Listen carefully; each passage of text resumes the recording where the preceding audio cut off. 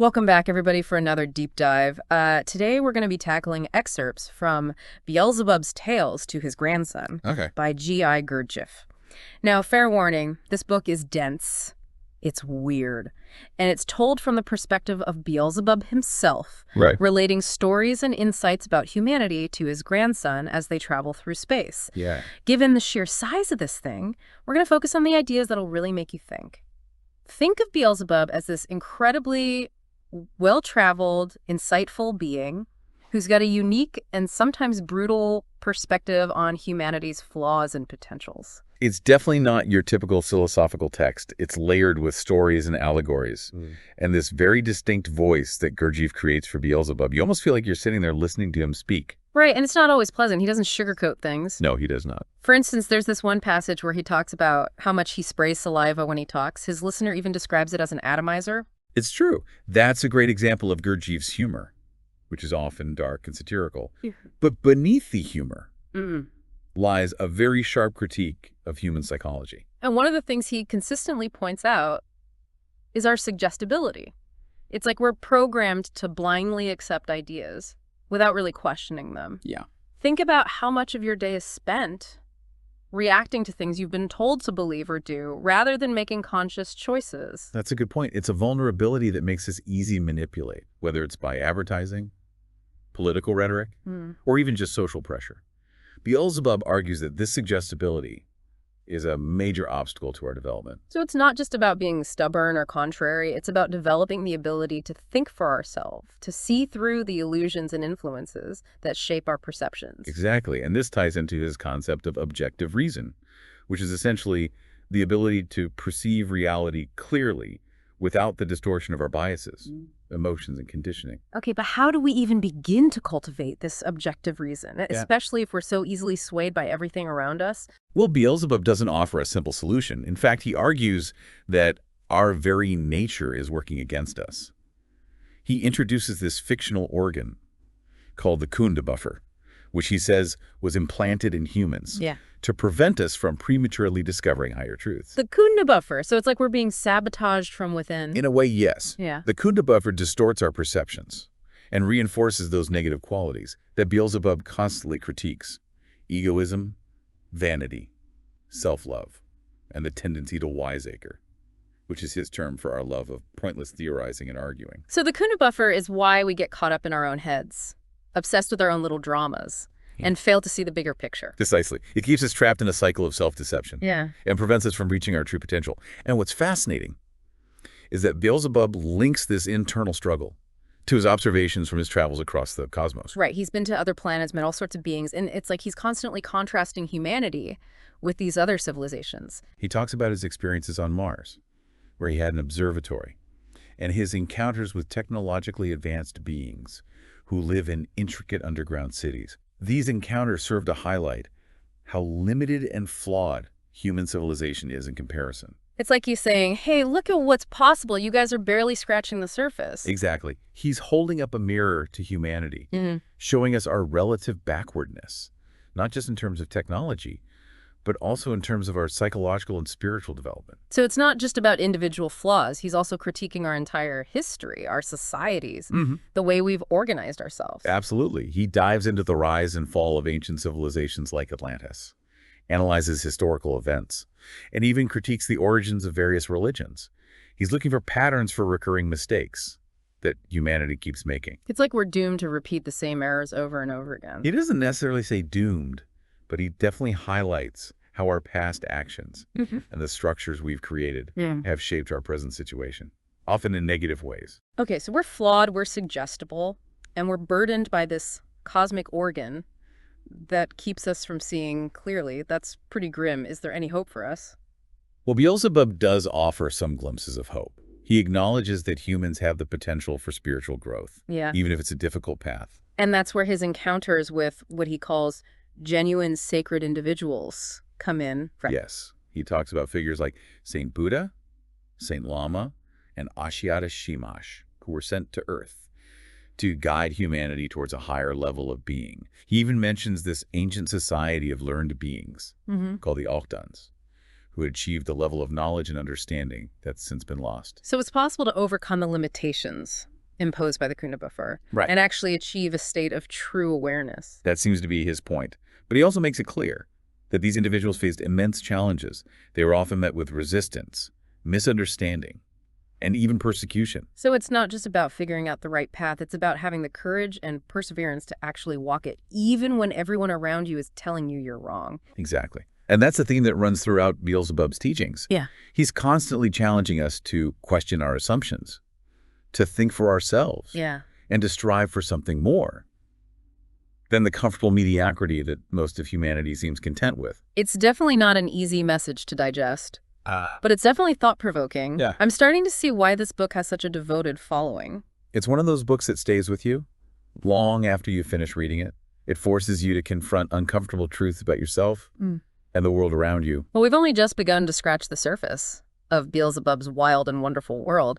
Stick with us as we delve deeper into his critiques of modern art, the medical profession, and even our political systems. We'll also explore some of the more esoteric concepts he introduces, like the 7-tone scale and the law of heptaparaparshinok, which might just change the way you view the entire cosmos. Okay, so we've established that Beelzebub has some pretty strong opinions about humanity, but his critique isn't just limited to our psychology or our history. He also takes aim at some of our most cherished institutions and practices, starting with modern art.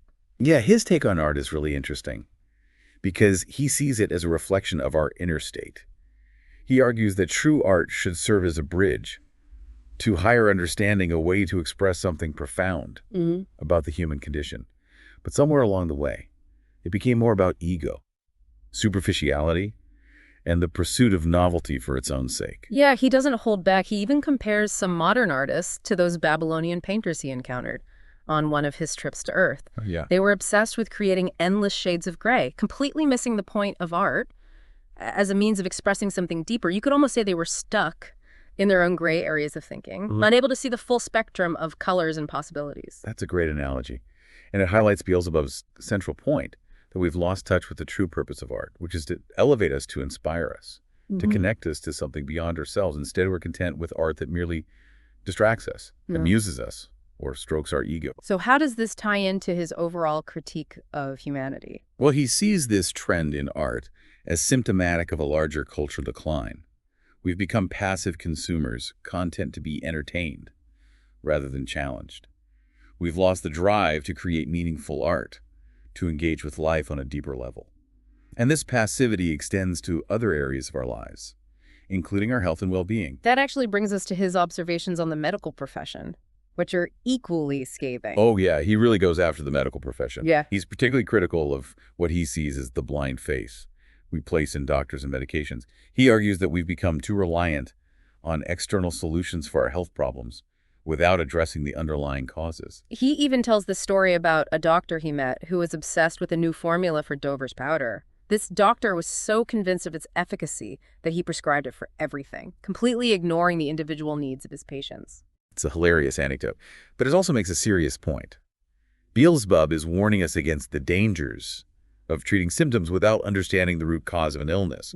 He's advocating for a more holistic approach to health that takes into account the interconnectedness of our physical, emotional, and spiritual well-being. And it's not just medicine. He also turns his critical gaze to the realm of politics, dissecting systems like theocracy, plutocracy, and even democracy. His analysis of political systems is fascinating because he doesn't simply endorse one over the other. Instead, he points out the inherent flaws in each system, highlighting how they often cater to the interests of the few at the expense of the many. He seems especially skeptical of democracy, arguing that it's easily manipulated and ultimately fails to serve the true needs of the people. Yeah, it's a provocative point, and one that's particularly relevant in our current political climate.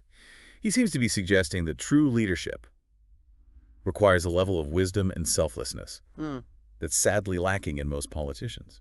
He even goes so far as to say that those of our leaders are essentially puppets, controlled by unseen forces with their own agendas. So it's not just about choosing the right political system. It's about recognizing the deeper forces at play and developing the discernment to see through the rhetoric and the propaganda. Exactly. And this need for discernment extends to another area. Beelzebub is critical of organized religion. He's not exactly a fan of organized religion, is he? No, he's highly critical of how religious institutions have been used throughout history to control and manipulate people. He argues that many religious doctrines, well, perhaps well-intentioned in their origins, have been distorted and twisted to serve the agendas of those in power. He even points out the tendency for religions to splinter into countless sects, each claiming to have the one true interpretation. Well, it's very true. And this fragmentation, he argues, further divides humanity and prevents us from recognizing the underlying truth that connects us all. So it's not necessarily the teachings themselves that are the problem, but how humans interpret and manipulate them for their own purposes. That's a key takeaway. Beelzebub seems to be suggesting that true spirituality is not about dogma or ritual, but about cultivating a direct experience of the sacred, what he calls objective reason. And that takes us back to his emphasis on self-knowledge, the need to break free from the illusions and limitation imposed by the Gurdjieff. But he also seems to draw a distinction between Eastern and Western cultures, suggesting that one might be more conducive to spiritual development than the other. What are his observations on that front? Beelzebub spent a considerable amount of time in both Eastern and Western societies, and his observations highlight some interesting contrasts. He was particularly impressed by the ancient wisdom traditions of the East, which he saw as more aligned with the principles of objective reason. I remember him talking about the custom of regular bathing in the hammams of the East, contrasting it with the less hygienic habits of the West. He even tells this anecdote about how Parisians, just a few decades before his time, prided themselves on not bathing to maintain their fashionable appearance. It's both hilarious and kind of gross. It's a great example of how cultural norms can be arbitrary and even detrimental to our well-being. He also praises the traditional food practices of the East, lamenting the processed, unhealthy diets that were becoming increasingly common in the West. And let's not forget his critique of the seat of ease, or toilet, which he argues leads to digestive problems and disconnects us from our natural bodily functions. Right. These might seem like minor points, but they all point to a deeper critique of how modern civilization is moving further and further away from a natural, harmonious way of life. It's like he's saying, hey, you've created all this technology and convenience, but at what cost? Exactly. He's forcing us to question our assumptions about progress and to consider the unintended consequences of our choices. It's a pretty bleak assessment, but I have to admit there's a part of me that resonates with what he's saying. We've achieved so much as a species, but we've also lost something along the way. That's the tension that Beelzebub is constantly exploring in his tales.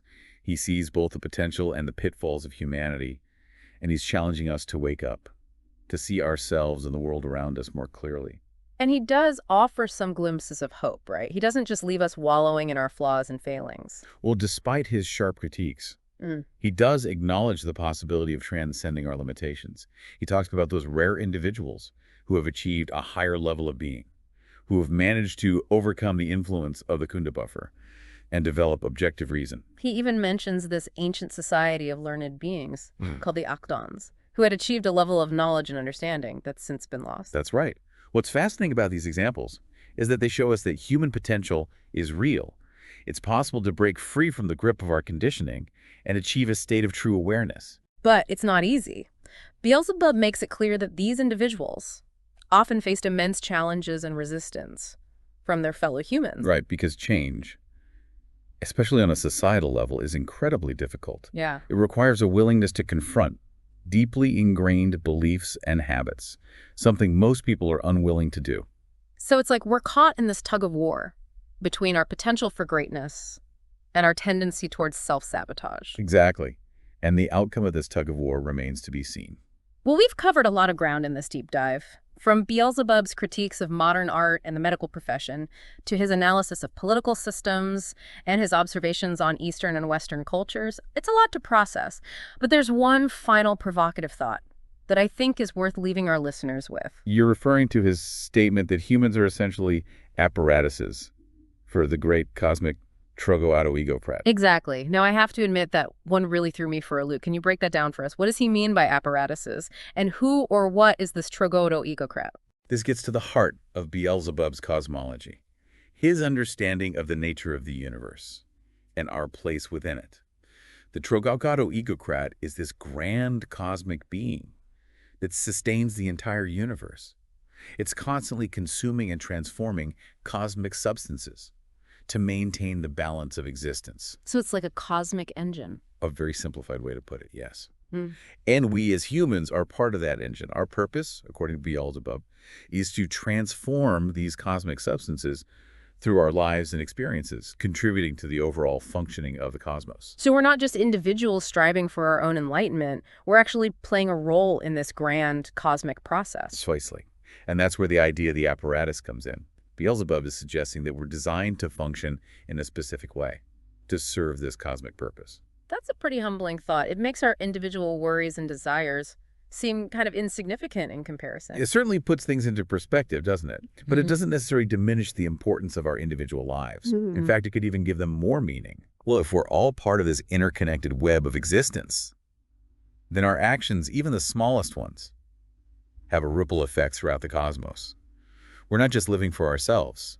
We're contributing to the evolution of the entire universe. So it's not just about our own personal growth. It's about playing our part in this grand cosmic orchestra. Exactly. And that's a pretty profound responsibility. It's like Beelzebub is challenging us to see ourselves not just as individuals, but as integral parts of something much larger than ourselves. Wow, yeah. I mean, that image of a cosmic orchestra is pretty powerful. Makes you think about the impact of every choice, every action. It really does. It's a lot to take in. It is. And Beelzebub doesn't shy away from presenting challenging ideas.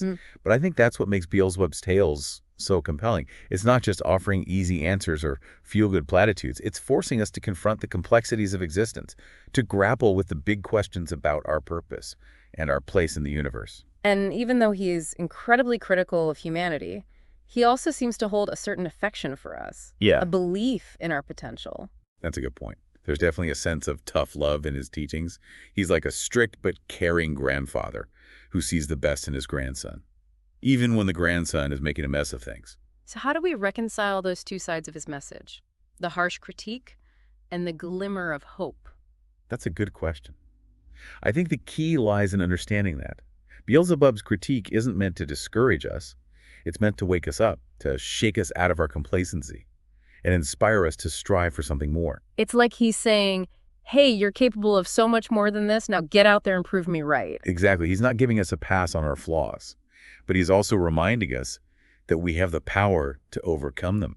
We have the potential to become more conscious, more compassionate, more connected to the true purpose of our existence. And maybe that's the real takeaway from Beelzebub's Tales. It's not a book about despair or resignation. It's a call to action, an invitation to embark on a journey of self-discovery and transformation. It's a journey that requires effort, honesty, and a willingness to confront our own limitations. But the rewards, as Beelzebub suggests, are immeasurable. We have the opportunity to not only transform ourselves, but to contribute to the evolution of the entire cosmos. That's an incredible thought.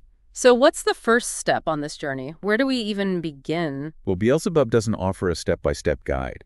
He's more about planting seeds of thought, provoking us to question everything and to find our own unique path. But I think one of the most important things he emphasizes is the need to develop self-awareness, to become conscious of our thoughts, our emotions, and our behaviors. He even talks about the importance of self-observation, which is essentially the practice of paying attention to ourselves without judgment, noticing our patterns and habits. That sounds like a challenging practice. It's easy to get caught up in our own heads, lost in our thoughts and worries. It is, but it's a skill that can be cultivated with practice. And the more we become aware of ourselves, the more we can begin to identify the influences of the Gurdjieff, those negative tendencies that keep us trapped in a cycle of self-deception. So it's about becoming the observer of our own minds, noticing those automatic reactions and thought patterns that often lead us astray. Exactly. It's about creating a space between stimulus and response, a pause where we can choose a more conscious way of being. And that choice, that act of conscious will, is ultimately what allows us to break free from the limitations imposed by the Gurdjieff and move towards that state of objective reason that Beelzebub speaks of. That's the idea. It's a process of constant striving, of refining our perception and aligning ourselves with the higher principles that govern the universe. It's not a destination, it's a journey. Well, I think that's a perfect note to end on. This deep dive into Beelzebub's tales to his grandson has been a wild ride. It's challenged us to confront our flaws, to question our assumptions, and to consider the possibility that we're all part of something much greater than ourselves. It's a book that can be revisited again and again, each time revealing new insights and layers of meaning. And I encourage all of you listening to explore it for yourselves and see what truths it might hold for you. It's definitely a book that stays with you. And who knows, maybe it'll even inspire you to embark on your own journey of self-discovery and cosmic exploration. Thanks for joining us on this deep dive, listeners. We'll be back next week with another exploration of a fascinating and thought-provoking topic. Until then, keep those minds open and keep exploring it.